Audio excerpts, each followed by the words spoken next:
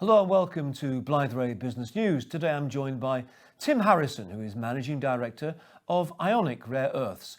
Ionic, listed on the Australian Stock Exchange with a ticker of IXR, operates the Makuutu project in Uganda.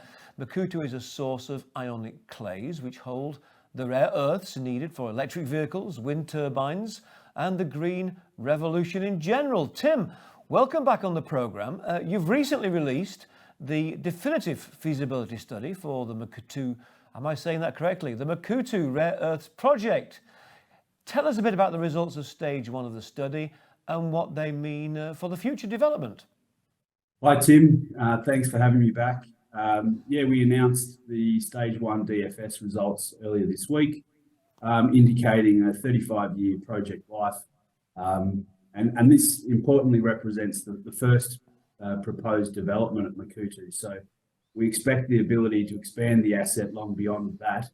But the stage one DFS reported a pre-tax NPV of just over 400 million US, strong, robust EBITDA of about 1.6 billion US dollars over the 35-year life, and producing those magnet and heavy rare earths that the world is looking to source. So, we're very confident with the project moving forward and, excited to continue to grow the project.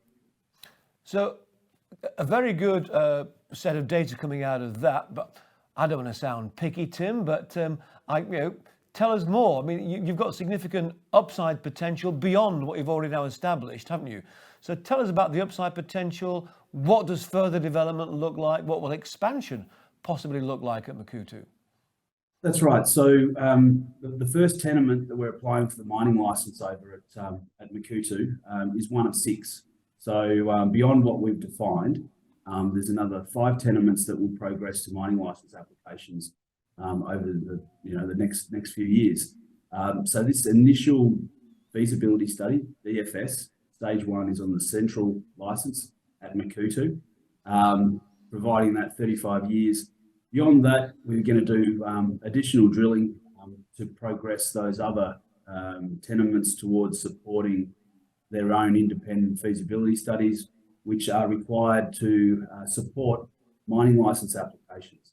So with regards to the impact of the importance of that DFS result, that supports our mining license application, which is underway at the moment in Uganda, along with our environmental approvals, which we received back in October last year.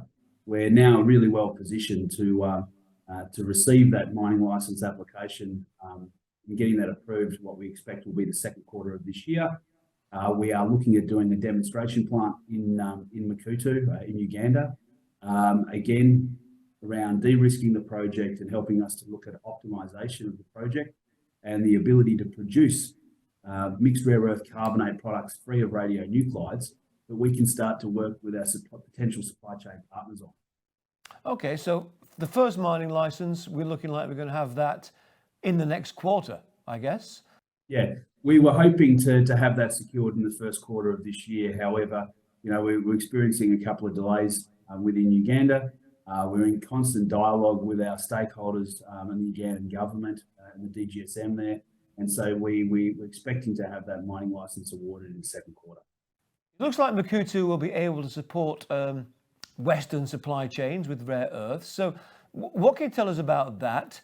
And what's the supply chain engagement looking like following the DFS? So post the DFS, we continue to engage with a number of strategic groups who we've been talking with for the past couple of years, looking at getting access to our unique basket, which is 71% rich in both magnet and heavy rare earths. So it's a very unique basket relative to a lot of other rare earth projects that are being developed today. So that engagement is now sort of really focusing on those Western supply chains. A lot of engagement in the US, and now on the back of the Critical Raw Material Act in the EU, we've seen a significant increase in dialogue and engagement in Europe over the course of the last 3 months, and excited by those two markets really being key to our development plans for Makuutu. Tim, I know you're speaking to us not from Australia and not from Uganda, but you're currently in Belfast, where you've got that 100% owned subsidiary, Ionic Technologies. Not content with being a miner, you're going to do other things to the rare earths or with the rare earths. Tell us about the progress in Belfast and what can we expect in the future? Yeah, so here in Belfast, been here this week, working with the team as we approach now the first milestone, which is the commissioning of our demonstration plant. So we're building a circuit that can recycle permanent magnets, neodymium-ion boron magnets, to recycle the material to be able to chemically separate and then refine those individual rare earth elements into high purity oxides, which we can then use for further downstream supply chain engagement. So, on the back of commissioning, which we expect is going to be underway by the end of this quarter, through the next quarter, through the second quarter of this year, we're expecting to be producing separated high purity oxides.